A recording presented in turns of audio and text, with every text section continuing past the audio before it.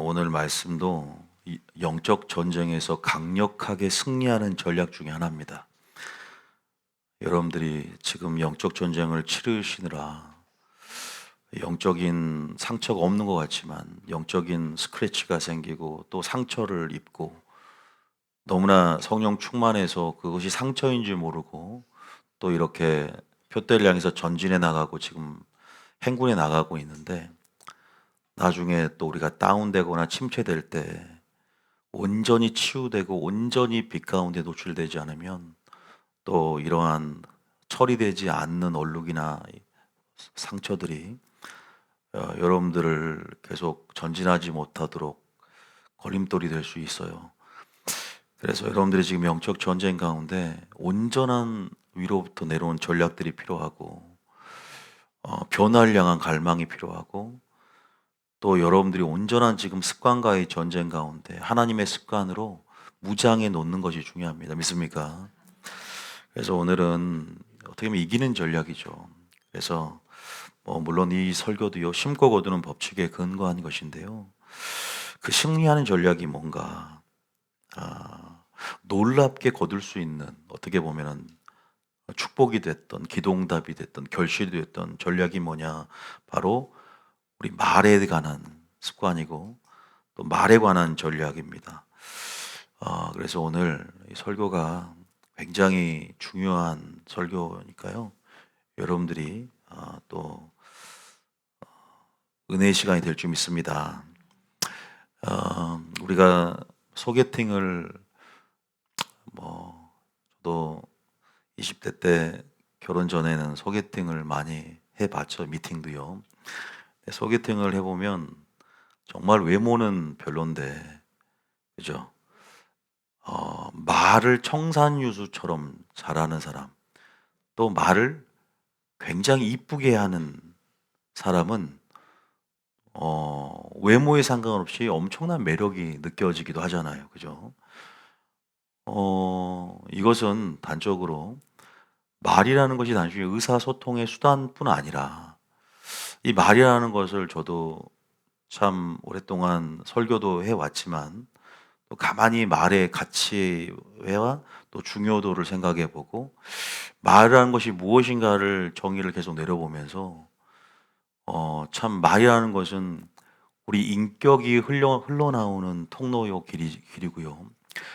어떤 우리의 내면에 어떤 거울이 되지 않습니까? 그 사람이 말을 통해서 우리가 믿는 사람이면 신앙의 깊이까지도 측량할 수 있고, 성경에서도 제가 항상 말하자면 말은 곧 그 사람의 믿음이니까 또 그 사람의 존재의 거울이고 존재가 드러나는 통로이지 않습니까?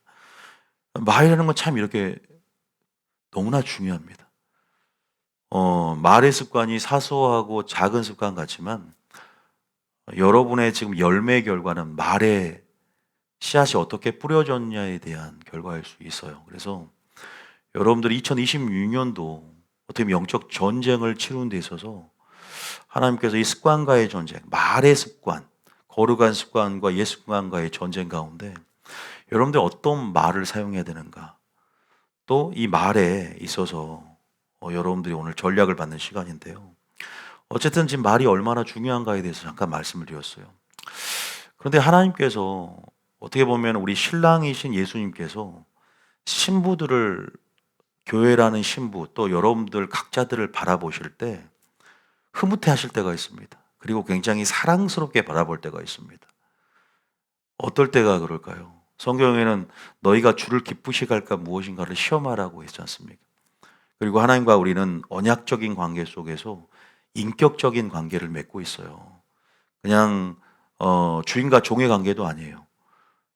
다 여느 신처럼 우리는 하나님과 우리가 언약을 맺었죠. 사랑의 언약을 맺었죠. 그리고 언약 안에 종속된 관계로서 언약적 행위를 통해서 우리 사랑을 증명해 가잖아요. 언약적 행위라는 것은 언약자의 사랑으로 결속되어 있기 때문에 예수님께서 우리를 신랑과 신부라는 은유의 관계로 우리를 설정하셔서 그렇게 설정한 목표도 우리를 친밀함으로 더 들어오게 만드는 길을 열어주신 거거든요. 그래서 신부가 정말 사랑스러워 보일 때가 있어요. 그건 뭘까요, 여러분? 어, 욥기 1장 8절에 보면은 하나님이 사단 앞에서 누굴 자랑하죠? 욥을 자랑하는 장면이에요. 그러니까 하나님이 지금 하고 계시는 행위가 뭘까? 하나님은 여러분들 그 포커페이스가 아니라는 거예요. 사랑하는 사람을 자랑하고 싶어 하시고, 굉장히 예수님도 공생에 놀랬잖아요. 믿음을 보시고 놀래시고 기뻐하시고 흥분하셨어요. 이스라엘 중에 이만한 믿음을 본 적이 없다. 어, 신부가 신랑을 놀래키는 것, 굉장히 기쁘게 하는 것. 그게 뭘까? 물론 힌트를 드렸어요. 신부의 언어 생활이거든요. 믿습니까? 아까 제가 외모, 단순히 외적인 매력이 아니라 내면의 매력, 내면에서 흘러나오는 내면의 거울인 이 말, 언어 습관. 우리가 이것을 오늘 들여다보고 바꿀 건 바꾸고 개혁할 건 개혁하고 또 우리가 오늘 하나님이 주신 말씀을 통해서 점검해 봐야 되거든요. 자, 먼저 8절 한번 읽어보겠습니다. 시작.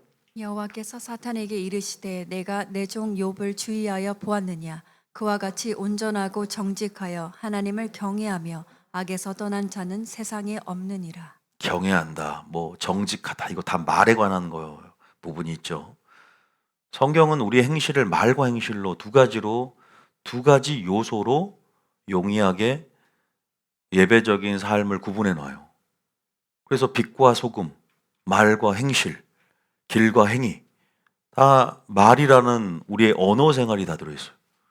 그러니까 우리의 언어 생활은 심판대 앞에서 말로서 의인이라 칭함을 받기도 하지만 무익한 말을 할지라도 정죄함을 받을 수 있다고 성경은 나와 있어요. 우리의 혀가, 우리의 말이, 그죠? 심판대 앞에 섭니다. 그게 문제가 아니라 심판대 앞에서 선다는 것은 팩트지만 우리 신부가 이 말로서 이 믿음으로 주님을 기쁘시게 할 수 있다. 믿습니까? 왜 우리가 하나님을 기쁘시게 하려고 태어났잖아요. 하나님께 영광 돌리고 하나님을 기쁘시게 하는 것이 창조와 구속의 목적이라면 여러분의 언어 생활은 하나님을 기쁘게 하고 있냐? 하나님 보시기에 매력 있는 신부인가를 생각해 보는 거죠. 여기 보면은 욥을 사단 앞에 자랑합니다. 언어 생활도 분명히 자랑했을 거예요. 이거 주님이 지금 주님의 마음이고 실제적이고 인격적이라는 걸 드러내기 위해서 제가 한 구절 읽어본 거예요. 우리가 너무 먼 하나님이에요.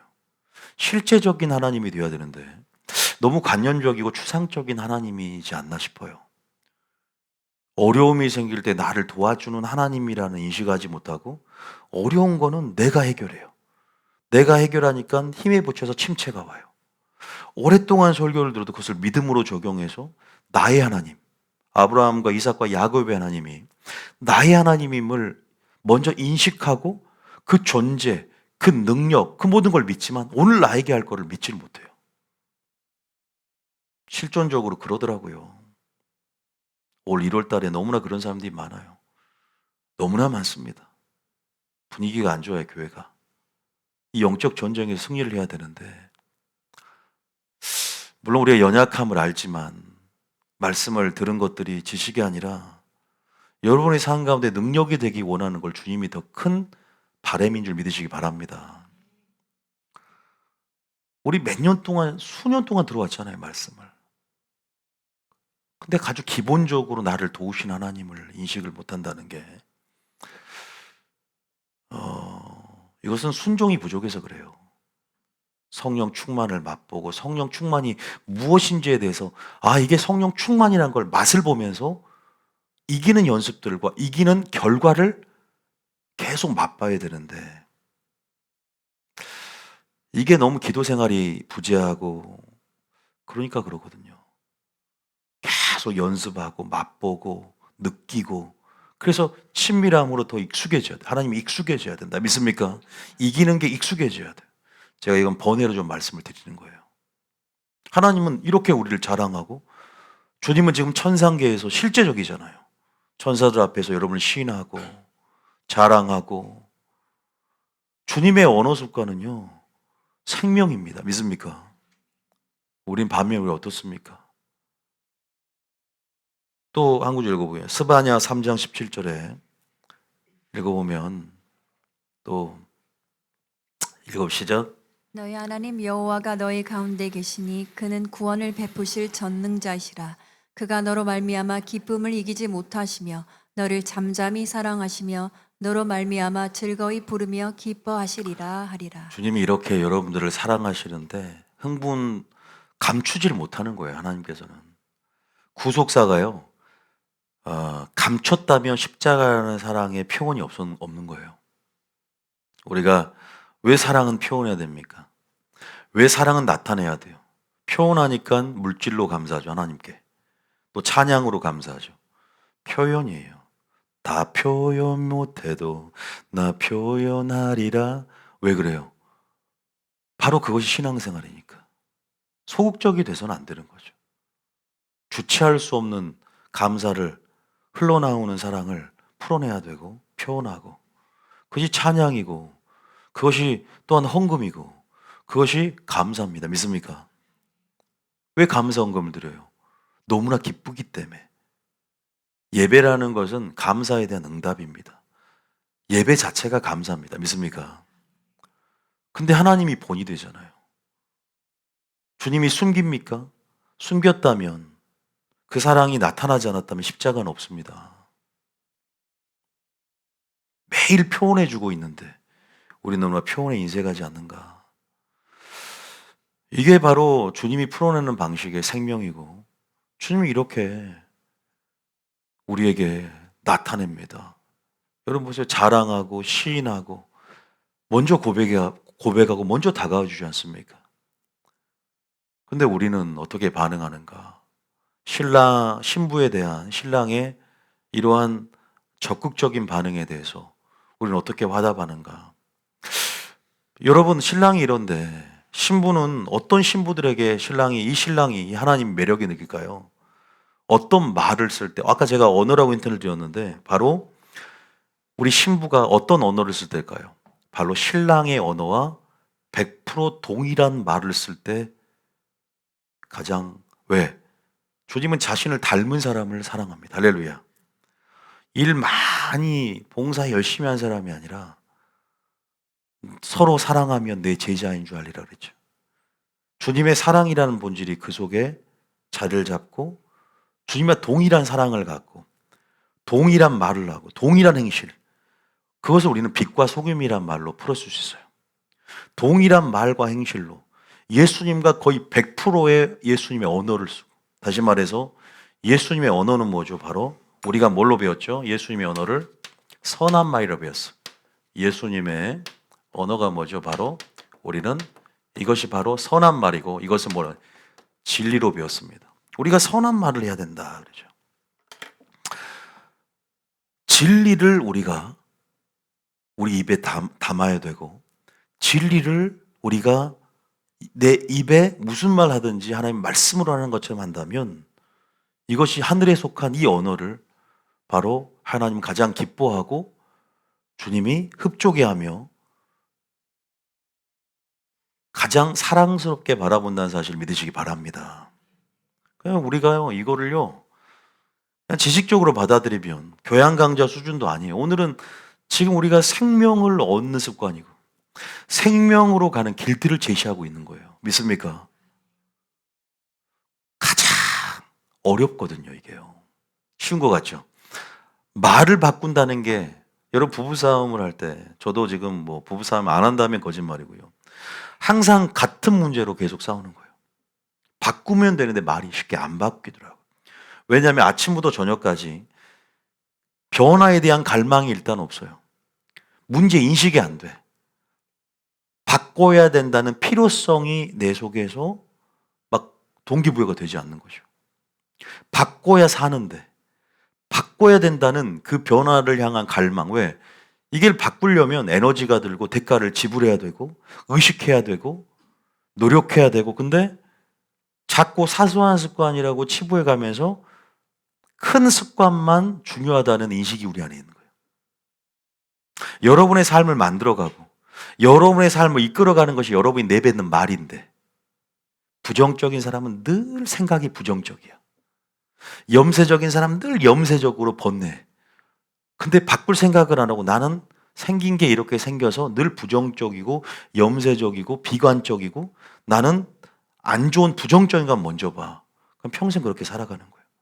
성령의 충만함 가운데 은혜로 변화되는 게 뭔지를 몰라. 그렇게 할 수 있다는 것도 모르고 나는 원래 그렇게 생겨 먹었어. 나는 원래 부정적이야. 나는 원래 번뇌가 많아. 다 마귀가 주는 거예요. 영적 전쟁은 습관과의 전쟁이에요. 영적 전쟁은 그래서 이 말의 습관은 이기는 습관이에요. 믿습니까? 신랑의 언어, 그럼 예수님이 그렇게 말했어요? 예수님이 그런 식으로 말의 습관을 가지고 그렇게 소금 역할을 감당했나요? 신부가 예수님을 닮아간 다음에 예수님의 언어 생활, 그 생명의 습관과 동일한 습관으로 점철되어지고 우리가 완전히 총체적으로 우리가 바꿔줘야 되는데 그렇게 바꿀 만한 의지가 없다는 거죠. 왜냐하면 그건 가치의 문제야. 중요하지 않다 이건. 아니에요. 심판대 앞에서 여러분의 말이 심판을 받는다. 있습니까? 굉장히 무서운 진리입니다 이건요. 불편한 진실이에요. 여러분 지금 어떤 설교가 듣고 싶은지 모르지만 2026년도에 이 말에 대한 설교를 듣는 것은 복인 줄 믿으시기 바랍니다. 하나님의 기준을 우리가 알아야 된다. 그냥 하나님을 기쁘시게 할 거야 이게 아니에요. 말 바꿔서. 우리의 말이 심판대 앞에 선다는 거예요. 선한 일을 행한 자는 생명의 벌로, 선한 말을 한 자는 선한 일의 범주에 선한 말이 들어있단 말이에요. 선한 말을 한 자는 생명의 부활로 악한 말, 더러운 말, 누추한 말, 희롱하는 말 하나님 다 유업으로 받을 수 없다는데 진리를 전하지 않아도 사람을 더럽게 만들고 진리에 오류만 섞어도 주의 종이 심판대 앞에 서는데 우리의 말의 훈련 여기는 간과한다. 중요도가 없어요. 그러니까 중요성을 간과하면 안 된다. 가장 아름다운 신부가 되시겠으면 축복합니다. 외모 솔직히 여기 뛰어난 사람 없잖아요. 그럼 말이라도 이뻐야 될 거 아니에요. 우리는 말로 승부한다. 할렐루야. 따라해보세요. 우리는 말로 승부한다. 외모가 안 된 말로 승부. 죄송합니다. 뻥입니다. 우리 교회는 너무 미모가 출중한 분들이 많아서 근데 이 가치를 모르고 성도들이 많이 좀 와야 될 텐데 어쨌든 외모도 되고 말도 되고 그러니까 우리가 그 부분에서 그러니까 예수님이 철저하게 빛과 소금이 하나님의 너희가 세상의 빛이다 세상 소금이라고 한 것은 예수님이 공생의 기간 동안 충분히 소금과 빛의 역할에 대한 이해가 될 수 있도록 삶으로 증명해 내신 거예요. 할렐루야. 소금이 뭔가에 대해서 분명히 이 소금이 뭐예요? 말이잖아요. 말.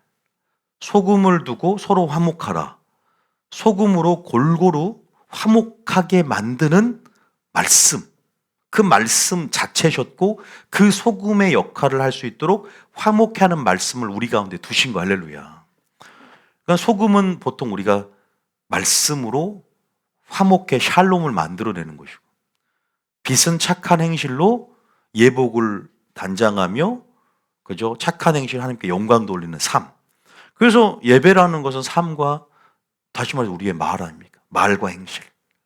구약에서는 전부 말, 행실, 또 길과 행위 이런 식의 대명사로 우리 삶 전체를 그렇게 나눴어요. 다시 말해서 여러분들이 그 부분에서 이 이기는 습관을 우리가 무장을 해야 돼요. 그러면 여러분이 환경이 여러분의 말 때문에 바꿔집니다. 할렐루야. 말이 상황과 환경을 지배해가고 운명을 개척해 갈 수 있고 이 겨자씨할 만한 믿음, 이 말 한마디의 선포, 이 말, 믿음 자체가 되어버린 이 말, 내 입에서 내뱉는 진리 하나로 이 말씀 한마디로 세상을 창조한 것처럼 세일의 영광을 풀어놓을 수 있는 여러분들이 주님의 협력 안에서 물론 주체는 하나님이시지만 여러분의 믿음을 발휘함을 통해서 역사를 목도하게 될 줄 믿으시기 바랍니다. 지금 침체를 극복할 수 있는 것도 돌파할 수 있는 열쇠 다 말이에요. 말 바꿔야 돼요. 지금 여러분들은 여러분 자신의 삶에 있어서 신부 생활에 있어서 신부단장을 하는데 만족하면 안 됩니다. 열심히 신부단장 해야 된다. 할렐루야.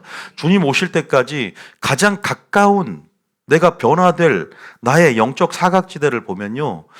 여러분 입술인데 입술은 안전하다고 생각하지만 여러분 입술을 통해서 마귀가 지금 틈타고 있다는 거 알아야 돼요. 여러분 입술을 통해서 마귀가 조종하고 있다는 거 알아야 돼요. 그래서 오늘은 말을 바꾸는 것도 중요한데 말을 닫는 훈련도 중요해요.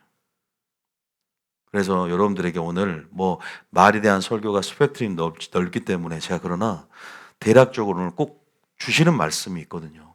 그것만 좀 보겠습니다. 어쨌든 신부의 말을 통해서 매력을 느낀다. 그러면 신부는 신랑의 언어를 사용해야 된다. 그러면 주님이 이것처럼 자기를 닮은 신부를 기뻐하지 않을 수 없다. 이것은 바로 진리고 우리가 말하는 선한 일, 선한 말이다. 그래서 제가 쓴 책 알듯이 요거 선한 말 프로스칸 프로젝트 이렇게 좋은 책이 있는데 왜 사서 안 보냐 이거예요. 그래서 이제 이런 것들 전부 서점에다가 다 그냥 이제 다 맡길 거예요. 전부 다 판매가 될 수 있도록 하고 그렇게 작업을 해야 될 것 같아서 좀 더 교정을 좀 더 추가를 해가지고 여러분들이 꼭 선한 말 프로스칸 프로젝트를 읽어봤으면 좋겠어요. 선한 말이 뭔가를 알아야죠. 선한 말은 예수님이 쓰신 말이고 진리고 하나님 말씀이다. 믿습니까? 자, 그런데 그러면 아까 소금 예수님께서 빛과 소금의 역할들을 먼저 이해시키기 위해서 자신의 삶으로 모범을 제시했고 나타내시고 보이셨다 그랬어요. 그래서 너희는 세상의 빛이요 세상의 소금이다. 이미 증명된 삶을 살아라 그랬죠. 소금이 뭔가 우리가 세 구절만 읽으면 방금 확실히 이해가 됩니다. 먼저 우리가 마태복음 5장은 소금에 관한 구절이 나오죠. 13절에 마태복음 5장 13절에 시작. 너희는 세상의 소금이니 소금이 만일 그 맛을 잃으면 무엇으로 짜게 하리요.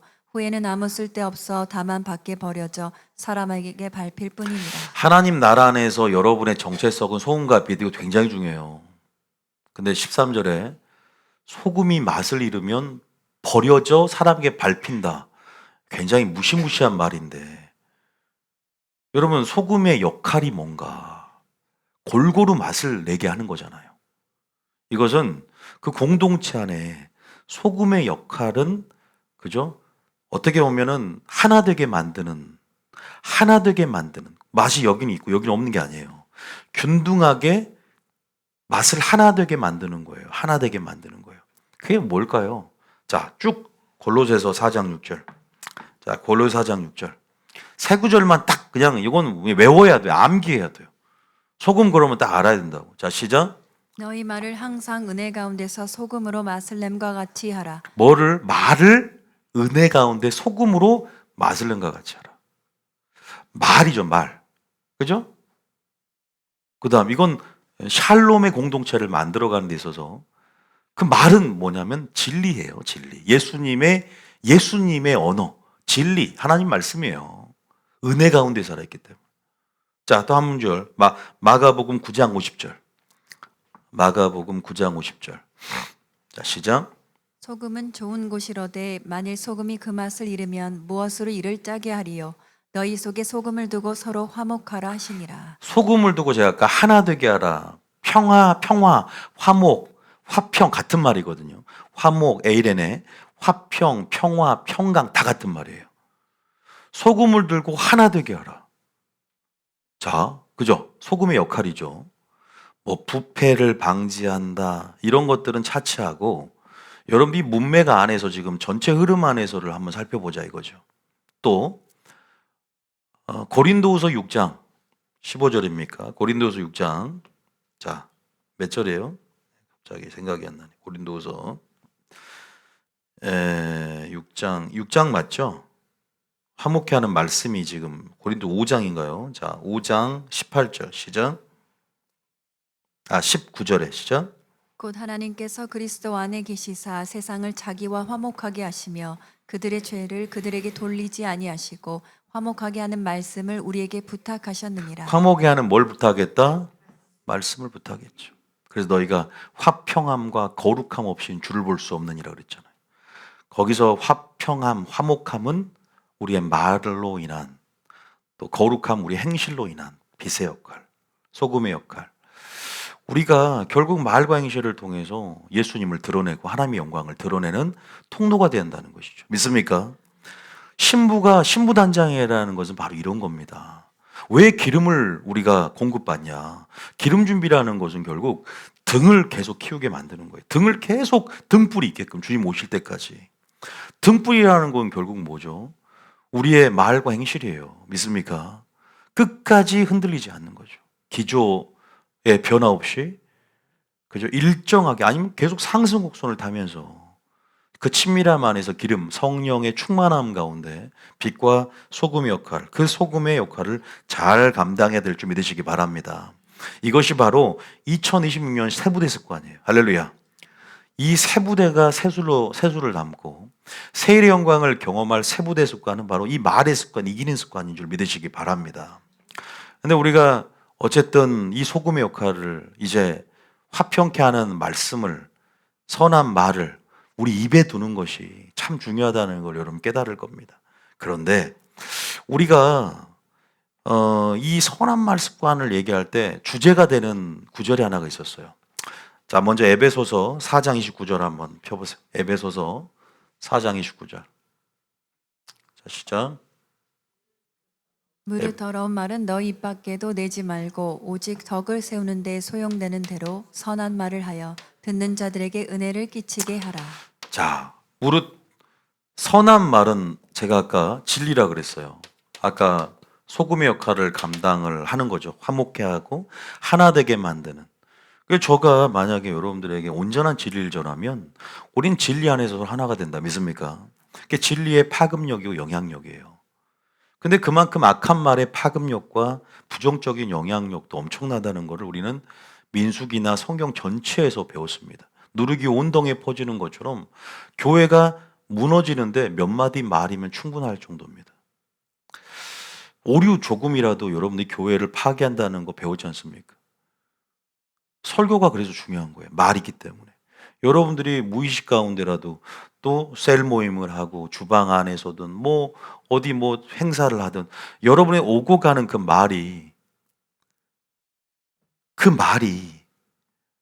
아까 뭐 상식적으로는 우리가 여러분 인격을 드러내고 내면의 거울처럼 여러분의 인격의 방향성이 되어지는 인격이 흘러나가는 통로로서 여러분이 어떤 존재인가를 드러내는 그것이 수단이 된단 말이에요.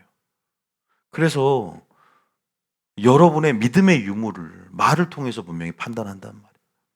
성숙됨을 드러내고 말을 통해서 여러분의 가치를 드러내야 될 줄 믿으시기 바랍니다. 여러분들 하나님의 빚진 삶을 살고 결국 우리의 창조의 목적의 자를 생각하고 하나님의 영광을 위해서 예수님과 같은 길을 걷는 삶, 소금의 역할을 잘 감당하셨어요. 예수님께서는요. 예수님의 삶, 예수님의 언어 생활을 잘 묵상해봐요. 예수님이 더러운 말 하셨나요? 악한 말은 뭐냐면 더러운 말. 악한 일을 행한 자는 심판의 부활로. 더러운 말, 무익한 말 성경에 보면은 악한 말 너무나 많아요. 희롱하는 말 너무나 많습니다. 그런데 성경이 뭐라고 합니까? 이걸요 따라하면 침묵하라. 침묵과 절제예요. 우리가 선한 진리의 말, 선한 말들은요 적극적으로 풀어내야 돼요. 전도라는 방식으로 또 설교라는 방식으로 복음을 전하는 그죠? 여러 가지 방식으로 또 여러분 그냥 뭐 이렇게 남들과 어떻게 공동체 안에서든 여러 가지 의사소통의 수단뿐만 아니라 하나님의 영광을 드러내는 통로로서 여러분들이 적극적으로 진리를 설파해 가고 또 생명을 풀어놓지만 이 훈련이 돼야 돼요. 오늘은 제가 좀 여기에 강조점을 맞출 거예요. 따라합니다. 침묵하라. 이 침묵이라는 것은 때로는 여러분들이 선한 일을 하는 거예요. 침묵이라는 것은 굉장히 중요합니다. 단순히 피해를 주지 않는 말이 아니에요. 여러분들이 이 악한 말, 올 한 해 저는 어쨌든 이것도 결국은 성령의 충만함 가운데 절제라는 부분이 성령 열매이기 때문에 하나님의 도우심이 있어야 되지만 올 한 해 내가 어떤 부분들을 침묵해야 될 것인가, 절제해야 될 것인가, 또 어떤 부분들을 더 적극적으로 풀어낼 것인가에 대해서 주관적이잖아요. 여러분들이 각각이 또 상대적이고. 그래서 오늘 그 적용점을 찾아서 결단하는 시간이 돼야 될 줄 믿습니다.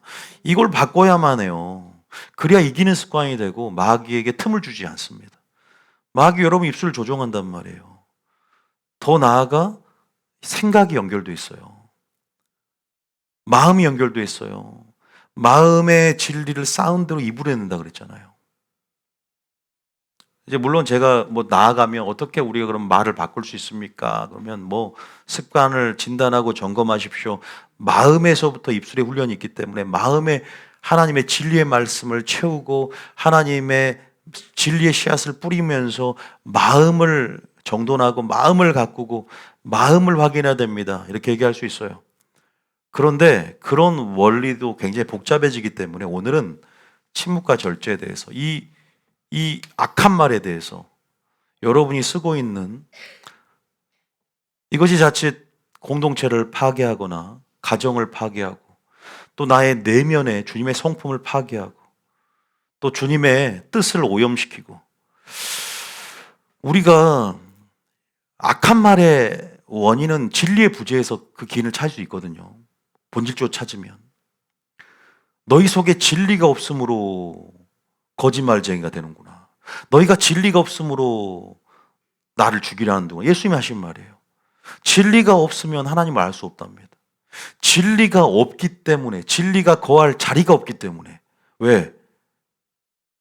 나의 방식이 가득 차 있기 때문에. 내 말들이 가득 차 있기 때문에 그러냐. 세속적인. 그래서 우리가 베드로는 무슨 말을 하든지 하나님 말씀으로 하는 것처럼 하라고 나와요. 베전 4장 11절에는.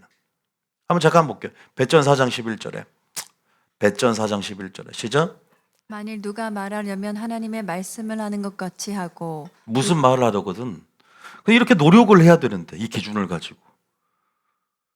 내가 살아온 경험과 지식, 초등학문의 영향을 받은 세속적인 방식으로 그걸 내 방식이라 그러잖아요. 내 기준. 한 번 더 생각을 해야 돼. 말할 때. 그래서 조금 느려야 돼요. 말하긴 더디어야 돼요. 한 번 더 생각을 해봐요. 제가 설교할 때 내 경험과 지식만 얘기한다면 은혜는 받을 수 있지만 변화는 없어요. 농담을 하면 감성적인 터치일 수 있지만 변화는 없어요. 인본주의 설교가 그래요. 즐거워요. 은혜가 돼요. 인본주의 설교도. 감성을 터치하면 근데 변화가 없다고. 하나님이 기뻐하지 않는다고. 믿습니까? 진리도 그러는데 하물며 설교도 그런데 누가 말하든 우리가 목사님만 하나님 말씀하는 것처럼 하는 게 아닙니다. 여러분 마음속에 진리가 채워져야 된다. 믿습니까? 선한 말을 해야 돼요. 그래서 아까 에베소서 4장 29절에 덕을 세워란 말이에요. 덕. 공동체가 아까 뭐래요? 화평케 하는 말씀을 부탁하나니 소금의 역할로 골고루 진리 안에서 하나가 되고 샬롬의 하나님 나라를 이루어가야 된다. 믿습니까? 다시 아까 에베소서 4장 29절에 읽어볼게요. 자, 시작. 4장 29절. 시작. 무릇 더러운 말은 너희 입 밖에도 내지 말고 입 밖에도 뭐 하지 말라? 그럼 침묵하라는 거예요. 입 밖에도 내지 말아요. 아예 불만거리, 불평거리, 원망거리 입 밖에도 내는 게 아니에요. 아, 우리가 털어놓을 거 다 털어놓읍시다. 사람이 없는 것도 감정적으로 만들어내는 거 아세요? 사람이 얼마나 간사하냐면 건의사항, 불만이 있으면 예봅시다 그러면 없는 것도 막 생각이 나요. 사람이 원래 그래요.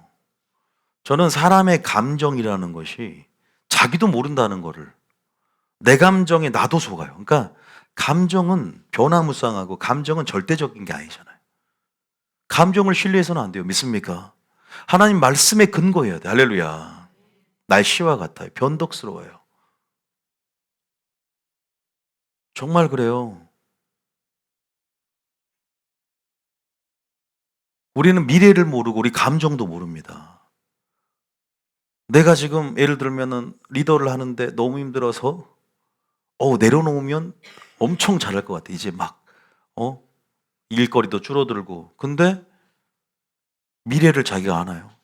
오히려 리더 자리를 내려놓고 더 침체가 오고 더 감정이 자유로울 것 같지만 더 완전히 다운돼서 감정이 블랙홀, 어둠의 블랙홀로 빠져들어가요.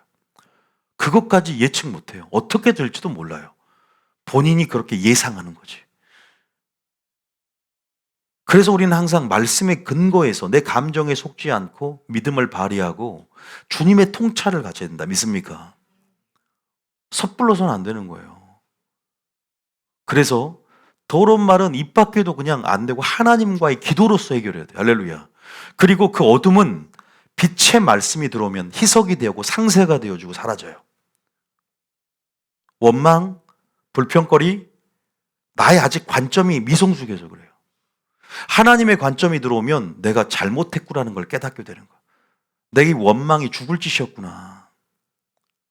이 불만을 터놓는 나의 이 버릇, 이 염세적인 나의 이 습관, 이것들이 마귀가 지배하고 나를 지배하려고 했었구나.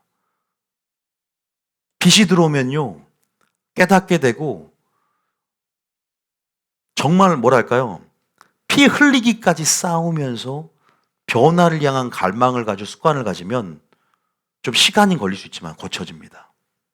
순종하려고 한 걸음 한 걸음 내딛고 애써야만 고쳐지지. 그러니까 사람이 중간에 포기하는 이유가 뭔지 아세요? 습관이 안 고쳐지니까 포기해버려요. 그리고 작은 습관이다. 아유, 설마 이것은 하나님이 이 정도 습관은 그 습관 때문에 예수님을 하지만 지옥 갑니다. 목사님이 저번에 작은 죄 하나 지어도 총 들어갈 수 있다고 했잖아요. 네, 맞아요. 잠깐 범죄 한 번 했다고 나는 지옥 간다 생각하지 않습니다. 그러나 그것이 그렇죠. 쟁의가 되는 건 위험해요. 습관적이 죄 되는 것은 작은 거에다 지옥 가요. 그가 아무리 헌금을 많이 하고, 그가 아무리 교회 오랜 생활을 하고, 직분 얻고, 그가 아무리 목사할지라도 분명히 말하지만 지옥 갈 수 있어요. 그거 하나 때문에 지옥 갈 수 있습니까? 억울하지 않습니까? 아니요. 그거 하나도 성품을 충분히 깨뜨리기에 충분하다는 것을 사람들은, 그러니까 내가 이 정도 됐으니까 난 절대 지옥 안 가. 그 안정감이 뭐랄까 나를 기만하게 만들어버리고 죄가 뿌리 내릴 수 있는 발판을 마련해요. 나의 이 무지함이, 공의에 대한 무지가 죄의 기초를 마련한다 이 말이에요. 여러분들이 작은 죄라도 하나님의 성품을 깨뜨릴 수 있다라는 인식이 필요한 줄 믿으시기 바랍니다. 그러면 거룩함을 힘씁니다. 화평함과 거룩함 없이는 주를 볼 수 없다는 말을 문자 그대로 그냥 믿고 나가셔야 돼. 훈련이 많이 돼야 되는데 훈련이 안 돼요. 제가 말에 대한 설교를 한 달 내내 해야지 될까 말까요. 근데 저거 말 설교하고 또 이번 주에는 다른 설교할 거란 말이에요. 그럼 또 금방 잊어먹어요. 뭔가 캠페인을 벌이고 말에 대해서 한 달, 두 달을 계속 해버려야 겨우 말이 이제 바뀔까 말까 하는 것도 알아요. 그래서 한계에 부딪히더라고, 저도요. 근데 그 말에 대한 설교만 할 수 없지 않습니까, 주님? 성도들은 누가 신앙생활 하면서 남편이 선한 자극을 줍니까? 강한 자극을 줍니까? 자극이 없으면 날 이끌어줄 수 있는 주체가 없는데. 그럼 또 설교를 듣는 것도 아니고. 그러지 않습니까? 누군가 여러분들을 계속 오늘도 잔소리 해주고 동기부여 해주면서 이끌어주면 계속 내가 바뀔 텐데 여러분들도 삶이 바쁘니까 또 말씀 잊어먹고 또 내 작은 사소한 습관 생각 안 하지 않습니까? 지금 오늘만 바짝 정신 차려주고 그렇지 하지만 내일 가면 똑같아지는 게 사람인데 여러분 그 기도하면서 계속 하나님 알려주는 거예요. 지금 나한테 성도들의 상태를 아세요? 계속 설교를 통해서 하나님 마음을 전해라고. 하나님 마음이 지금 그러하다는 걸 알려주라고. 정말로 피 흘리기까지 싸워야 돼요.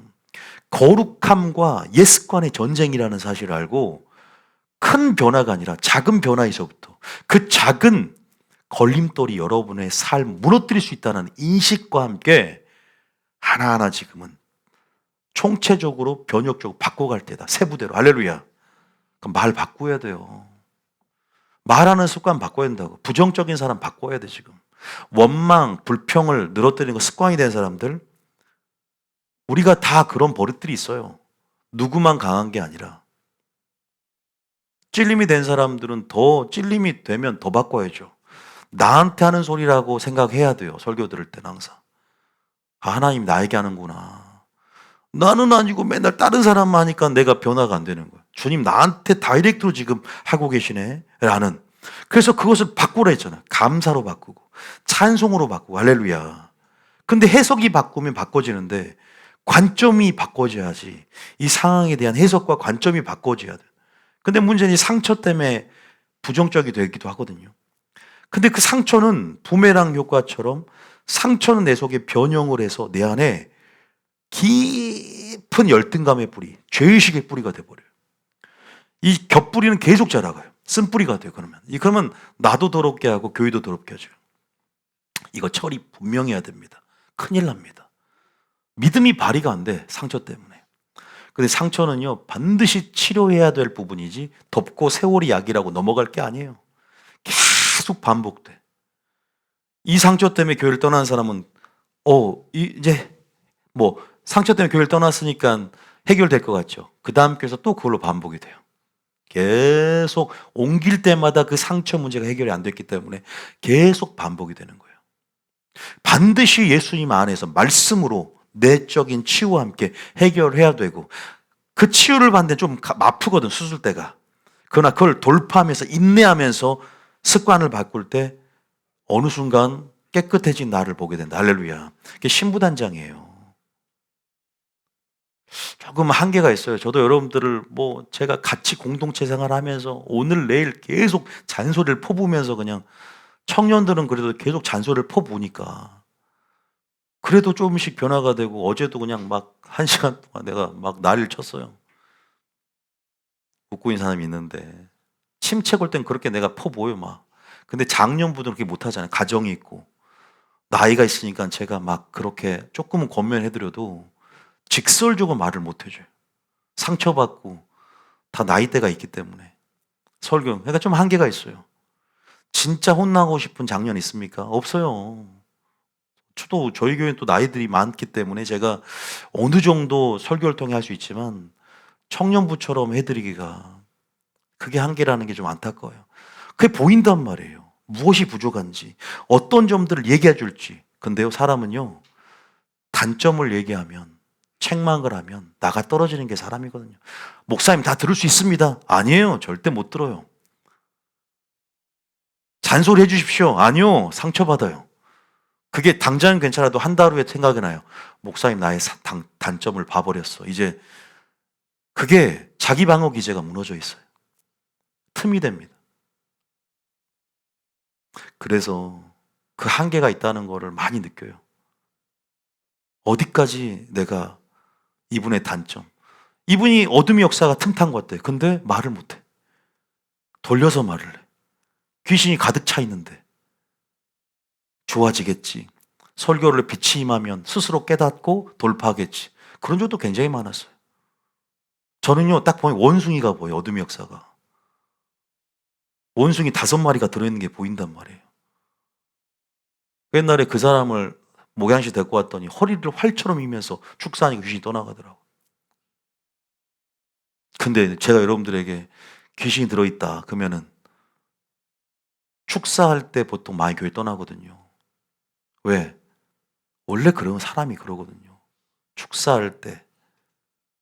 제가 남 모르게 저희 구제도 합니다. 저희 교회. 근데 구제도 공개적으로 하다 보면은 또 수치가 되고 여러 가지 부분이 있어서 교회를 떠나기도 하고.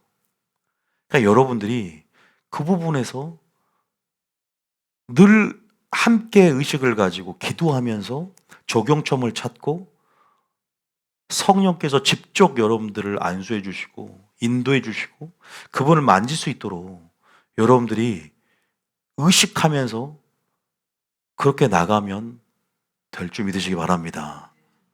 그렇게 하셔야 돼요. 지금 주님께서 실제적인 거 원하시더라고. 제 마음에 제가 계속 저는 말씀을 연구하고 거의 6시간 계속 말씀과 기도 함께 계속 해요. 근데 하나님께서 그 마음을 막 안에 막 불어넣어 주는 거예요. 지금 기름이 엄청 부어지면서 알게 주신단 말이에요. 그리고 이 메시지를 통해서 치유받는 사람들이 참 많을 것이다.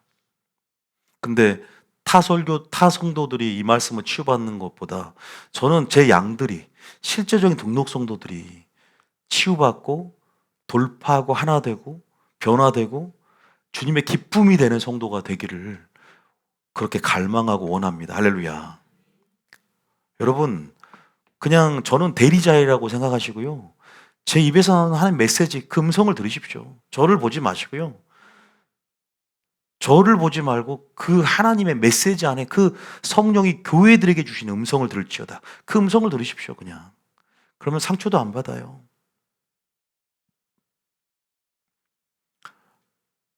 악한 말 가장 무서운 게 민수기 신앙생활 보니까 다 보죠. 민수기 11장, 12장, 13장, 14장, 15장 전부 교회 안에서 하나님께 대한 원망도 있겠지만 환경에 대한 원망, 교회 안에 영적 지도자에 대한 불만, 원망, 이게 다예요. 신앙생활에. 오죽했으면 민수기 출발할 때부터 환경, 하나님에 대한 직접적인 원망보다는 구속사 안에서 무엇을 먹을까 입을까 마실까 환경적인 불평이 그냥 좋을 때는 좋아요. 기적도 맛보고 이적도 기사도 표적도 하나님의 큰 손으로 행하신 일들 가운데 기적 복은 찬양하지만 사람이라는 게 물론 연약함이라는 걸 주님도 알고 계시지만 실존적으로 그 연약함이 핑계가 될 수 없는 것은 이미 충분한 은혜를 부어주고 계시기 때문입니다. 할렐루야. 그 은혜를 의지하면 하나님을 섬기고 이길 수 있는 능력들이 우리 안에 이미 충분히 제공이 되어 있다는 거죠. 은혜를 의지하고 은혜를 사용해야 될 줄 믿으시기 바랍니다. 총을 줬는데 무인도에서 총을 사용하지 않고 총을 받았다는 선물, 그거 기쁨만 있으면 뭐예요? 선물을 줬어요. 총이라는 강력한 능력. 그런데 굶어 죽었어. 그 사람이. 천지가 동물인데 총을 사용하지 않으니까. 선물만 받으면 뭐예요? 은혜를 사용해야 돼. 할렐루야. 은혜의 능력의 진수를 맛봐야 되는데 우리가 너무나 게으르고 악한 종이 돼버리는 거죠. 지금 우리가 분명히 말하지만 이것도 성령 안에 심는 행위입니다. 말을 하는 것도. 어떻게 심을 것인가? 말로. 근데 심는 것도 적극적인 게 중요하지만 침묵도 중요해요. 절제도 중요한지 믿으시기 바랍니다. 이 침묵이 바뀌어서 선한 말을 풀어놓는 데 있어서 이 침묵이 여러분의 굉장히 경건의 유익이 될 거예요. 그래서 악한 말, 더러운 말 이런 것들은 이 공동체를 와해시키고 공동체의 하나님의 뜻을 오염시키고 이 공동체를 파괴하는데 주범이 되고 누룩이 될 수 있기 때문에 내가 그 원흉이 돼서는 안 되잖아요. 하나님이 하나 되게 하신 것을 내가 구속사를 정면 반박하고 방해해서는 안 되잖아요. 하나님의 세일의 영광을 깨트리는 그릇이 되면 안 되잖아요. 나의 고집과 내 방식을 자칫 무익한 말이라도 심판을 받는데 교회 안에서 피해가 안 된다고 하더라도 그것이 큰 파급력이 있을 수 있다는 것에 대해서 무지하면 그냥 내뱉은 말이라도 누군가는 상처받고 공동체 흐름들이 깨지는 거 아세요? 어디 나 기도원 갔다 왔는데 기도원 너무 좋더라. 자기는 건 내뱉었지만 누군가는 지금 누비주님께 집중하려고 하는데 분산이 돼버려요. 나 예언 받고 왔어. 이 신령에 그러면은 평소에 은사에 호기심 있는 사람들이 혹 귀가 열어져서 지금 보이지 않는 하나님 말씀에 집중하며 순종 훈련받는 시기 가운데 예언 한번 받고 요령 피우고 신령하다니까 또 분산되다 보면 그래서 초창기는요 여기 예언 저기 예언 하다가 전부 많이 떠났어요. 은사 찾고 은사 찾은 사람이 왔다가 또 은사 찾아가는 거예요. 자기가 왜 여기 와서 무슨 훈련을 받는지를 모르고 지금 그냥 딱 보이는데 말해줘도 안 들을 때가 오거든요. 그래서 그런 경험들이 있어요. 저는요. 상처의 경험. 성도들에 대한 마음의 상태들을 제가 20년 동안을 봤는데 그래도 보이는 게 있지 않겠습니까? 20년을 성도들을 봤는데, 목회를 20년을 제가 했는데 보이지 않겠습니까? 예? 제가 30살 때부터 지금 이제 거의 약 50을 향해 달려가는 나이 속에서 제가 29살 때부터 전도사로, 그죠? 그럼 20년 거의 가까이 되네요, 이제. 그 부분에서 하나님께서 느끼고 하는 경험들이 있는데요.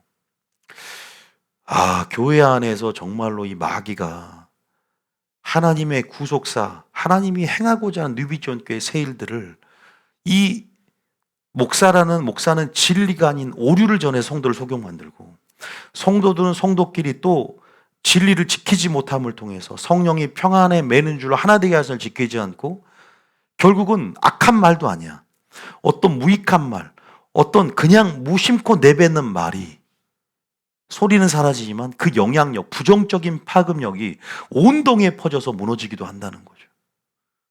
그래서 저는 비전을 주는 게 공동체 안에서 하나 되는 말을 의식하면서 우리가 진짜 지금 빨리 하나님께서 행하실 일들 가운데 하나가 되게 하자. 총력을 다해서 교회의 질서 안에 하나 되는 거, 정책 안에서 하나 되는 거 너무 필요한 거. 로마이면 로마법을 따르라고. 뉴비전교회 부르심에 특화된 그런 부르심 안에서는 그렇게 여러분들이 절제하고 포기하고 이 공동체 하나됨들을 지켜가기 위해서 노력해 주는 자세들이 분명히 필요하단 말이에요. 그런데 불평이 하나가 되면 불평이 전염이 돼요. 원망은요, 혼자 하지 않아요. 항상 사람을 모읍니다. 오중에 쓴 민수기 보면 전부 신앙생활이 원망이라 그랬잖아요. 민수기 16장에도 고라와 그 교육자들이 위시해서 전부 모세와 아론을 대적하잖아요. 영적 지도자를.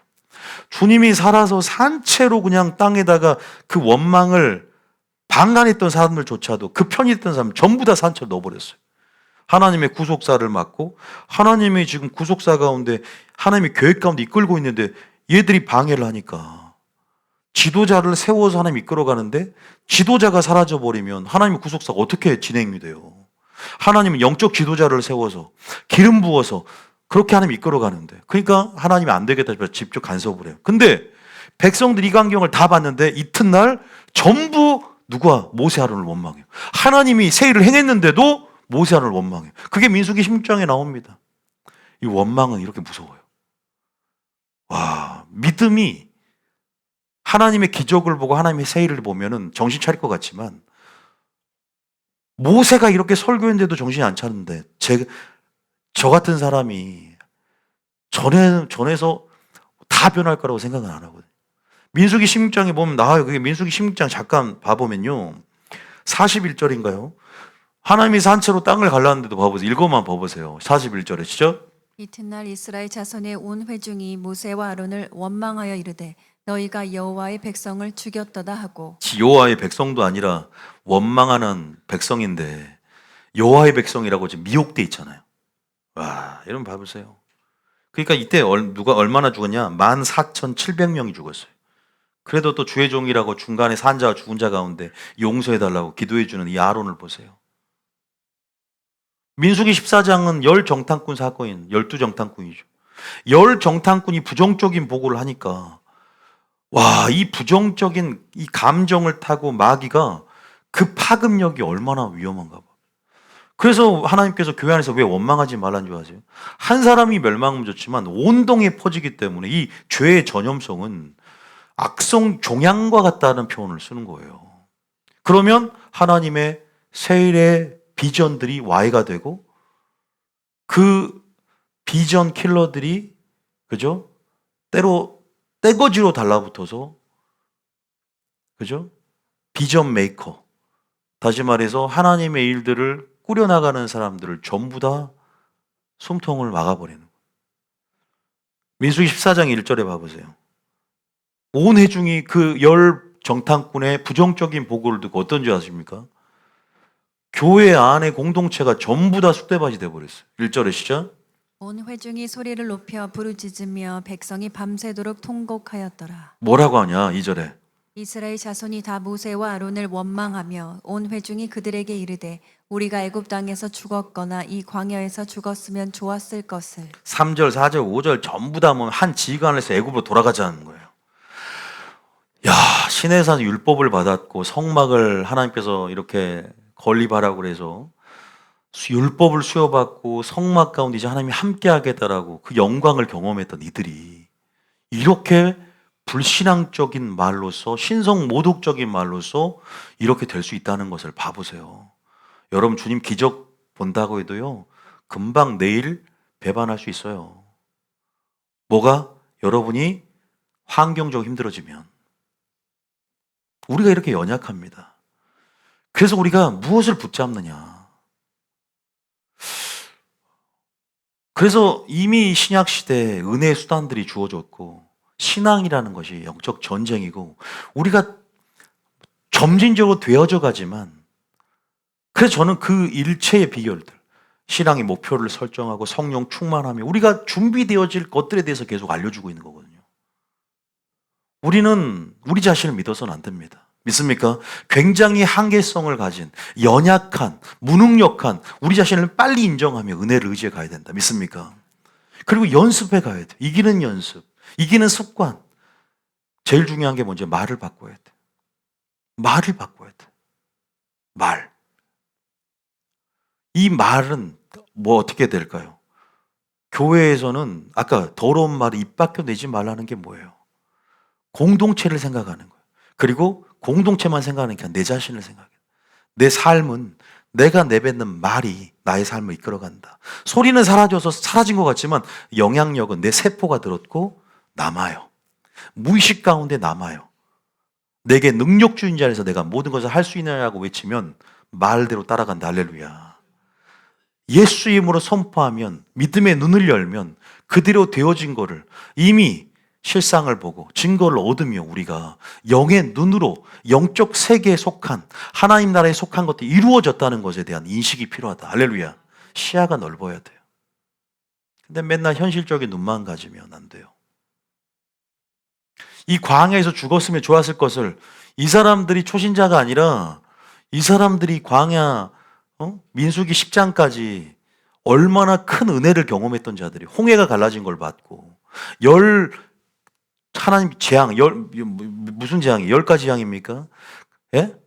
10가지 재앙을 경험했던 사람이에요. 이들이 하나님의 놀라운 기사와 표적을 경험했던 사람. 교회 안에서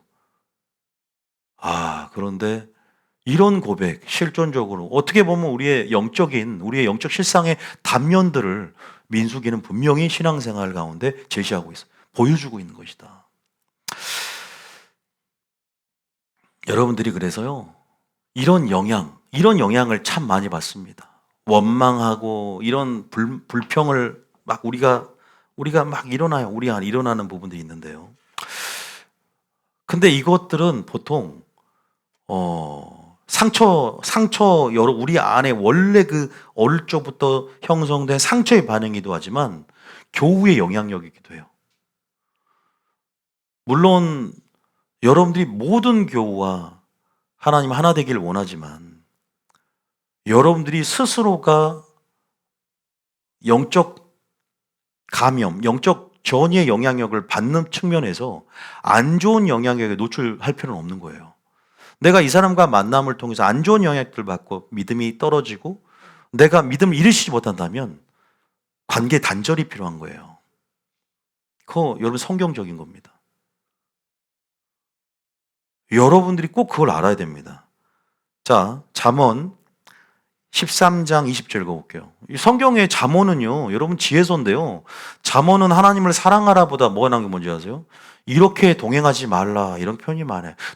잠언은 두 길이에요. 어리석은 반열과 지혜로운 반열이 뭔가를 설명해 놓고 어리석은 자는 이렇게 한다는 걸 드러내고 있어요. 그게 바로 지혜가 없는 것이다. 잠언은 두 길이에요. 신명기 사관이 두 길이잖아요. 그 잠언은 그래서 지혜서예요. 신명기 사관의 축소판이에요. 지혜로운 자와 동행하면 지혜를 얻고 미련한 자와 사귀면 해를 받아. 사귄다는 것은 친밀함을 얘기합니다. 멍해를 매는 것이죠. 성경은 분명히 말하고 있어요. 여러분, 누구를 만나고 누구와 같이 말을 섞느냐. 교우 생활도 마찬가지예요. 여러분들이 악한 말, 더러운 말, 험담하고 원망하고 불평을 떠난 사람하고 함께 할 필요가 있나요? 여러분들이 그런 사람에게는 교정할 수 있는 말을 통해서 공의의 칼로 분위기를 전환하고 찌르는 채찍, 그죠? 비낫의 창을 꽂을 용기가 있어야죠. 근데 거기에 수긍하고 거기에 방관한다면 그건 더 악한 죄라고 하나님 성경 말하고 있어요. 같이 무덤에 빠집니다. 오히려 방관죄가 더 무서워요, 성경은요. 알고도 방관하고 있는 거야. 왜? 인본주의적으로 굉장히 위험한 거예요. 다 성령은요, 심은 대로 거둬요. 분명히 심은 대로 걷는 게 인생의 법칙이지 않습니까? 그러니까 애초부터 뭐 하지 마. 함께 하지 말라는 거예요. 식사도 하지 말고, 이 식사 교제는 친밀한 교제지만 식사도 하지 말고 아예 여러분들이 상종을 해서는 안 되는 거예요. 교우라 할지라도. 사랑이라는 이름으로 나가지 마세요. 그런다고 이세벨의 영을 용납할 거예요. 제가 하는 게 성경적이라는 걸 아셔야 돼요. 아, 목사님, 이건 좀 사랑이라는 이름으로 너무한 얘기 아닙니까? 그게 성경인지 더 알려주십시오. 네, 말씀드릴 수 있어요. 성경에 나온 얘기를 한번 해볼게요. 자, 왜냐하면 여러분들이 느낄 수 있어요. 내가 점점 잠식당하고 있고, 내가 영적인 주도권을 뺏기고 있고, 내가 영향을 받고 있구나. 아, 여러분들이 내가 영적인 성령 충만한 가운데 전의를 익히고 영적 영향력을 줄 수 있는 자가 되어야 돼요. 그래서 성령 충만하면서 내가 불평이나 이런 독화살 같은 그런 원망의 씨앗은요, 안 들려고 해도 그냥 수화기만 들고 있어도 내 안에 무의식 가운데 심어집니다. 어떤 환경이 되면 분명히 스위치가 켜지고 이것이 싹이 나기 시작해요. 안 들어야 돼. 들으니까 문제가 생겨. 그러니까 어떤 목사님들은 아예 셀모임도 못하게 하는 목사님도 있어요. 좀 극단적이긴 하지만 그게 어떤 심정인지를 알아요. 상처가 많은 목사님일 수 있어요. 근데 그것이 어떤 영향력인지 알기 때문에 그럴 수 있어요. 물론 득보다 실이 많을 수 있고 실보다 득이 많을 수 있고 그것은 상황적인 변수가 교회마다 틀리기 때문에. 그러나 교회 전체가 지금 오합지졸이고 그러면 셀모임 금지시켜야 되는 거예요. 그게 실보다 득이 많을 수 있는 거예요. 여러분들은 그때 또 성도들은 무슨 셀모임이 없냐 이렇게 생각할 수 있겠죠. 그건 상황마다 틀린 거예요. 처방전이 내려져야 되니까. 여러분, 이게 쉬운 문제가 아닙니다. 리더십이라는 게. 성도들 이것까지 다 알고 따라와 줄 수 있느냐는 거죠. 지혜로운 자와 동행하면 지혜를 얻어요. 말씀과 동행하고. 그래서 지금 자기를 신부단장하고 거룩한 자는 거룩한 자끼리 성경에 나오잖아요. 회색지대가 사라진다고요. 점점 극단으로 이제는 더러운 자는 더러운 자끼리. 지금 마지막 극단적으로 분열되고 있는 이 구조적 시스템 안에서, 생태계 안에서 여러분들은 누구와 사귀고 있냐 이 말이죠. 또 잠언 20장 19절. 잠언 20장 19절. 시작. 두루다니며 한담하는 자는 남의 비밀을 누설하나니 입술에 벌린 자를 사귀지 말지니라. 사귄다는 말은 친밀해지는 거예요. 그런 사람과 식사하지 마세요. 굳이 할 필요 없어요. 가리면서 사귀어야죠. 오히려 그런 사람들을 안 사귀고 조금 왕따를 시키면요, 스스로 자기가 잘못한 거를 깨닫게 될 거 아닙니까? 왕따, 여러분들이 왕따라는 게 뭔지 아세요? 저는 아직 완곡한 표 왕따지만 사도 바울은 뭐라냐? 이 사람이 누룩이 되어서 엄청난 죄 파급력으로 범죄한 사실들이나 이런 것들이 굉장히 안 좋은 영향이 있다면 이반과 세례같이 여기고 더 나아가서는 이들을 왜 너희가 포용하느냐? 출교시켜야 된다. 그러니까 이게 드러내서 부끄럽게 하여서 함께 식사교제를 하지 말아라. 이런 식으로 데살로니가후서와 고린도서 나와요. 물론 그것은 케이스 바이 케이스죠. 뭐 좀 잘못했다 그렇게 막 극단적으로 나가는 차원은 아니지만 일반적인 원리에 대해 설명하는 거예요. 그 죄에 대한 영향력이 여러분들이 노출되지 말라는 거예요. 그것들을 지킬 수 있다고 하지만 사람은 굉장히 연약합니다.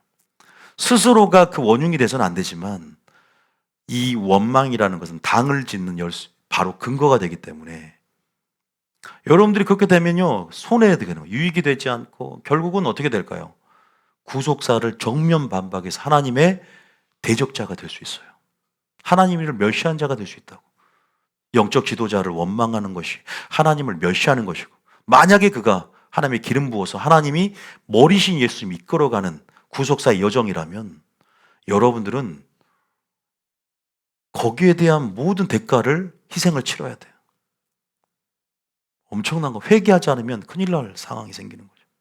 그러니까 말을 빨리 바꾸는 거예요. 원망은 안 하는 게 좋아요. 안 하는 게 나아요. 스스로에게도. 제가 목회자이기 때문에 이런 얘기 하는 게 아니에요. 교회 전체에서도요, 원망, 불평을 늘어뜨리는 거, 비판하는 거, 이것들, 자기 생각 너무 주관이 강하고 그러면요, 하나 되는데 일이 차질이 생겨요. 정말 힘들어요. 세상적인 경험과 지식이 클수록 더 그래요. 한 자리 한 사람들, 잘난 맛이 사는 사람들 더 힘들어요. 뭘 해도 꼭 자기 생각을 한번 얘기해야 되기 때문에 넘어갈 수 있는데 꼭 한마디를 더 해요. 자기 의로 충만해 있어요, 그런 사람들은. 꼭 한마디를 해야지 넘어가는 사람도 있잖아요. 그러니까 가만히 있어도 되는데 꼭 한마디를 해야 돼.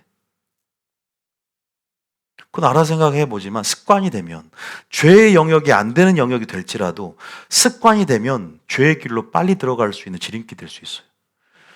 겸손하는 게 서양에서 얼마나 중요한가. 말이 있어서도. 여기서 보면 보세요. 입술이 벌린 자를 사귀지 말라. 이건요, 결국은 성경 전체에서 보면 결국 자기에게 유익이 안 되거든. 우리는 지금 공동체 생활을 하고 있고, 우리는 지금 하나님 나라를 지켜나가야 되고, 그냥 내가 내 잘난 맛에 살고 내 상처로 반응하면 마음대로 살아가도 돼요. 누가 여러분 터치합니까? 근데 우리는 하나님의 영광을 위해서 예수님의 언어, 선한 말, 진리, 이걸 기준으로 또 심판대를 알기 때문에 두려움으로, 때로는 두렵고 떨림으로 구원을 이뤄나가야 되기 때문에 절제하는 거 아닙니까? 그렇기 때문에 우리는 지금 노력하고 있는 거 아닙니까? 잠언 22장 24절에, 잠언 22장 24절에 읽어봅니다. 시작. 노를 품는 자와 사귀지 말며 울분한 자와 동행하지 말지니. 노를 품는 자와 사귀지 말고, 성도 가운데 울부는 자와 동행하지 말아요. 물론 격려해주고 교정해주고 이런 작업을 하지 말라는 건 아니지만, 거기에 맞장구 쳐주고 동의해주고 그러면서 하나님의 대적자가 되지 말라는 거고, 그런 부정적인 의식은 나에게도 전염돼서 친구는 유유상종이에요. 똑같아져요. 똑같이 부정적이 바뀌어요. 그 3명, 2명 모이기만 하면 흉을 보는 그런 모임으로 바뀐다는 거예요. 아십니까? 여러분 모임 가운데 긍정적이고 건설적이고 그런 사람 한 명만 있으면 그 에너지가 온 동에 퍼집니다. 2-3명만 있어도.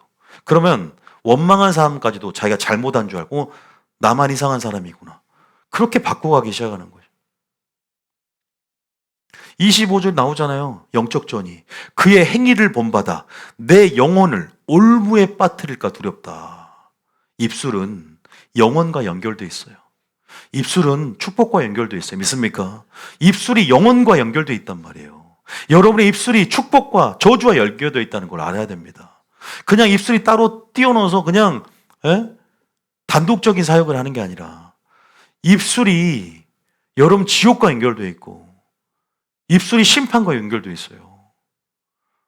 여러분의 총체적인 여러분의 삶의 변화는 입술을 어떻게 사용했느냐가 열매가 된다. 입술의 열매를 먹는다 그랬잖아요.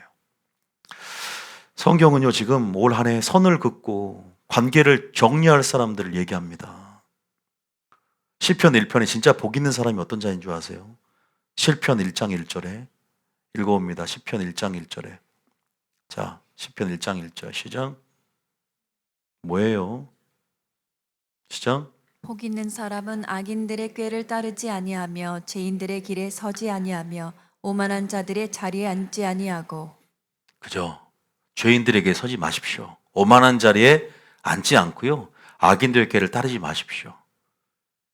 행위를 본받아 올무에 걸릴까, 마귀의 올무에 걸릴까 두렵다라고 했던 것처럼, 여러분들이 여호와의 율법을 즐거워하며 여러분 속에 진리의 생각, 진리의 관점, 가장 친한 친구인 예수님의 길을 따라가는, 또 여러분들 정말로 여러분이 오히려 좋은 영적 지도자의 영을 받고 좋은 전을 일으킬 수 있는 그러한 복의 근원이 여러분들이 그렇게 여호수아가 모세를 가까이 하고 엘리사가 엘리야를 가까이 한 것처럼 예수님의 제자들 예수님을 가까이 한 것처럼 어떤 영적 전의를 받을까, 어떤 관계에 영향을 받을까를 생각하면서 여러분들이 합리적인 선택을 하시겠으면 축복합니다. 저는 죄인들에 대해서 다가서지 마, 전도도 하지 말라는 게 아니에요. 극단적으로 생각하는 것이 아니라 그 영향력에 대해서 너무 간과하고 자신만만하게 접근하지 말고 내가 어떻게 이런 영적 보이지 않는 전의와 이런 전염에 있어서 영향력에 있어서 나는 어떤 식으로 스탠스를 취하며 조심할 것인가에 대해서 생각하시기 예수님 축복합니다. 여러분 고린도전서 5장에 9절부터 한번 읽어볼게요. 9절부터 한번 읽어볼게요. 시작. 내가 너에게 쓴 편지에 음행하는 자들을 사귀지 말라 하였거니와 10절에 이 말은 이 세상에 음행하는 자들이나 탐하는 자들이나 속여 빼앗는 자들이나 우상 숭배하는 자들을 도무지 사귀지 말라 하는 것이 아니니 만일 그리하려면 너희가 세상 밖으로 나가야 할 것이라. 11절 이제 내가 너희에게 쓴 것은 만일 어떤 형제라 일컫는 자가 음행하거나 탐욕을 부리거나 우상 숭배하거나 모욕하거나 술 취하거나 속여 빼앗거든 사귀지도 말고 그런 자와는 함께 먹지도 말라 함이라. 교회 안에서 고린도 교회 음란한 그죠? 이방인의 풍속들이 교회 자리 잡고 있었어요. 5장에 보면 고린도 교회가 음행한 풍속이 굉장히 많았고 이방인의 영향이 엄청났단 말이에요. 그래서 자기 계모와 음행을 하고 폐륜적인 행위를 해도 교인들이 사랑으로 덮어주고 있는 거예요. 사도 바울이 열받은 거야. 너희 가운데 이것이 사랑이냐 관용이냐 이 악을 행한 자를 왜 목회자는 질책하지 않고 내쫓지 않느냐 출교하지 않느냐 화가 난 거예요. 그러면서 교회 안에서 이렇게 죄 지는 자를 함께 먹지도 말고 마시지도 말고 사귀지도 말고 함께 그렇게 말하는 거예요. 왠 줄 아세요? 온 덩이에 이 죄의 덩어리가 남은 성도들은 왜 살 생각하지 않냐 이 말이에요. 남은 성도들까지 이 죄의 오염이 되지 않느냐 이렇게 질책을 하는 거예요. 오늘날 교회에서 치리가 사라지고 권징이 사라지고 출교가 사라졌어요. 이건 성경적이지 않아요. 성경적이지 않아요. 성경 그렇게 말하잖아요. 한 영혼도 중요하지만 남은 영혼도 중요하고 자신의 영혼도 중요하다. 믿습니까? 그거 아셔야 돼요. 균형이 있어야 돼요. 사랑과 공의의 균형. 공의 없는 사랑으로 인해서 교회가 방종하고 기만하고 사단의 밭이 되는 거예요. 사단의 놀이터가 돼요. 그러니까 사도 바울은 이게 사랑이 아니야. 너희들이 죄의 영향력에서 벗어나고 이런 자들과는 먹지도 말고 친밀하게 식사교제 하지 말라고. 스스로가 출교하면 단지 출교해서 마귀에게 던져주는 게 아니라 회개할 기회를 주는 거야. 자기가 잘못한 줄 알 거 아니야. 유대 공동체에서 나가면 자신이 이런 왕따 아까 얘기했죠. 자신이 잘못한 줄 알고 회개할 기회를 얻게 만드는데 좀 기회를 제공해 주는 거야. 이렇게 얘기하는 그래서 13절을 마지막 절에 뭐라고 합니까? 13절 시작. 밖에 있는 사람들은 하나님의 심판하시려니와 이 약한 사람은 너희 중에서 내쫓으라. 이런 말 이해가 되십니까? 교회 안에서 그 당시니까요. 아니요. 다 똑같은 겁니다. 7위의 원칙인데 일반적인 원리예요. 보편적이고. 그 다음에 데살로니가후서 3장 14절에도 조금 성격이 틀린데 여기는요. 음행을 했던 사람이 아니라 잘못된 종말을 가지고 퍼뜨린 사람들을 내쫓으라. 근데 여기서 이제 출교시키란 말 안 하고 그 사람과 먹지도 말아라. 왜? 이 한 사람 때문에 진리로 인해서 오류로 인해서 다른 사람까지 더럽혀질까 봐 걱정을 하는 거야. 사도 바울은. 읽어봅니다. 시작. 누가 이 편지에 한 우리 말을 순종하지 아니하거든 그 사람을 지목하여 사귀지 말고 그로 하여금 부끄럽게 하라. 여기도 사귀지 말 나오죠. 교우끼리지만 여러분들이 경계해야 될 교우가 있고 여러분의 자신의 어떤 영혼의 안전을 위해서 항상 주의하며 살필 필요가 있어요. 모든 교회가 다 물론 미성숙한 교우도 있지만 그 죄의 영향력에서는 항상 자신을 경계하고 있어야 돼. 할렐루야. 완전하지 않죠. 그런데 뭐라고요? 그러나 원수같이 생각하라는 소리는 아니에요. 형제같이 권면하라 그랬어요. 그러나 14절에 뭐라 그래요? 14절에 지목을 사귀지 말고 부끄럽게 하고 위아래 전부 보면 교제에 있어서 어느 정도 거리를 둬야 돼요. 여러분들이 그 부분에서는 지혜가 필요한 것이다라는 분명히 말씀드립니다. 굉장히 지혜가 필요해요. 성경은 보세요. 지금 우리에게 지금 제가 쭉 읽어드리면 악한 말에 있어서 침묵, 절제, 때로는 내가 그런 악한 영향 요구부터 어떤 교제까지도 어느 정도 선을 긋는 부분. 왜? 스스로가 영적으로 눌리고 믿음이 발휘되지 않고 점점 악의 길로 가고 있는 것에 대해서 인본주의적으로 사람의 마음을 얻으려는 것보다 신본주의 스탠스로 하나님을 기쁘시게 하는 것에 대해서 우선순위를 두고 행할 때인 줄 믿으시기 바랍니다. 굉장히 중요해요. 성경 뭐라 말하고 있는가? 그 나를 바꿔가야 된단 말이에요. 그래서 우리가 여리고성 돌 때 뭐 하라고요? 입 닫아라, 입 열어라. 입 닫으라는 거예요. 왜? 1세대들이 전부 뭐예요? 진행할 때 원망하다가 전부 민숙이 영적 지도자 원망했지, 환경 때문에 원망했지. 그러니까 분명히 비이성적인 효율적인 접근 방식으로 인해서 비효율적인 접근 방식 6번 돌고 마지막 7번 돌으려고 하니까 말이 안 되잖아요. 하나님의 전략은 성경적인 사실은 목사님 얘기해 주면 항상 이해가 안 돼. 맨날 뭐 순종해라 아무것도 뭐 실제적인 방식을 줘야 되는데 근데 믿음을 가지고 그래 비성적으로 하나님이 목사님을 통해서 또 이렇게 전략을 줄 때 믿음을 갖고 나가면 여리고성이 무너질 텐데 자기 방식과 자기 생각이 꽉 차 있어요. 상처로 가득 차 있어요. 그러면은 안 들리는 거지.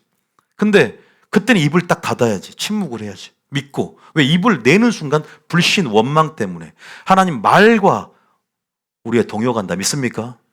우리의 말과 동요간 내 입술 때문에. 그러니까 여러분들이 말은 더디게 하라 그랬어요. 말이 많으면 허물을 면치 못할 것이다. 우매한 자 입술은 말이 많은 거예요. 우리는 무슨 말을 해야 될까? 그래서 여리고성을 돌 때도 뭐하라? 침묵하라 그랬어요. 말을 하지 말아라. 불신의 그 선례들 있잖아요. 1세대들의.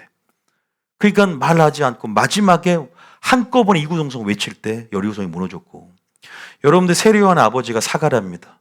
사가랴가 왜요? 세례요한 태어나기 전까지 놀라운 세례요한에 대한 사명들에 대한 부분들에 대해서 그걸 천사가 계시해 주는데 사가랴가 입으로 그죠? 입으로 망할까봐 입으로 불신해서 우리의 말을 바꿔서 우리가 동요가기를 원하는데 사가랴를 벙어리 만들고 그죠? 침묵하게 만들고 입이 나중에 태어난 다음에 열어질 때 하나님을 찬송하잖아요. 이 하나님의 행하심에 대한 것들을 한번 살펴보세요. 하나님은 우리의 말과 동요가신다. 믿습니까? 여러분의 말을 바꾸셔서 여러분들을 하나님의 선한 예비 되는 그릇으로 만들기 원하세요. 그러려면 물론 선한 말을 적극적으로 설교하고 복음을 전파하고 공동체를 화목케 하는 말씀으로 소금의 역할을 감당하고 좋습니다. 그런데 조금 소극적이지만 악한 말, 부정적인 말, 원망하는 말, 불평, 비판하는 말 이런 하나님이 싫어하는 호불호를 이해하면서 우리가 침묵하고 절제하는 성령 충만 안에서 또 의식하면서 나의 습관을 진단하고 점검하고 말의 중요성과 가치를 깨달으면서 내 내뱉는 말이 어떤 말이 지금 흘러가서 나를 변화시키고 있는지를 보면서 또 나의 친구 관계를 살피면서 어떤 영향을 받는가를 살펴보면서 하나하나 말을 바꿀 때인지 믿으시기 바랍니다. 성경은 뭐라 기록되어 있는가? 침묵할 때 여리고성이 무너지게 될 것입니다. 절제할 때 하나님의 놀라운 세례 영광을 사가랴처럼 보게 될 줄 믿으시기 바랍니다. 침묵도 언어입니다. 침묵도 생명의 언어예요. 침묵도 하나님 일하시는 방식이에요. 우리도 마찬가지일 줄 믿으시기 바랍니다. 우리는 수많은 관계 속에서 전이가 일어나고 있어요. 그것이 여러분을 지금 만들어간 거예요. 그럼 상처 치유받고 관계 끊을 건 끊고 어떤 하나님이 원하시는 관계 안에서 더욱더 내가 거듭나고 나의 삶을 바꿀 수 있는 그런 영향력 있는 그 영향력 있는 말씀, 영향력 있는 예수님께 나아가시길 예수님 축복합니다.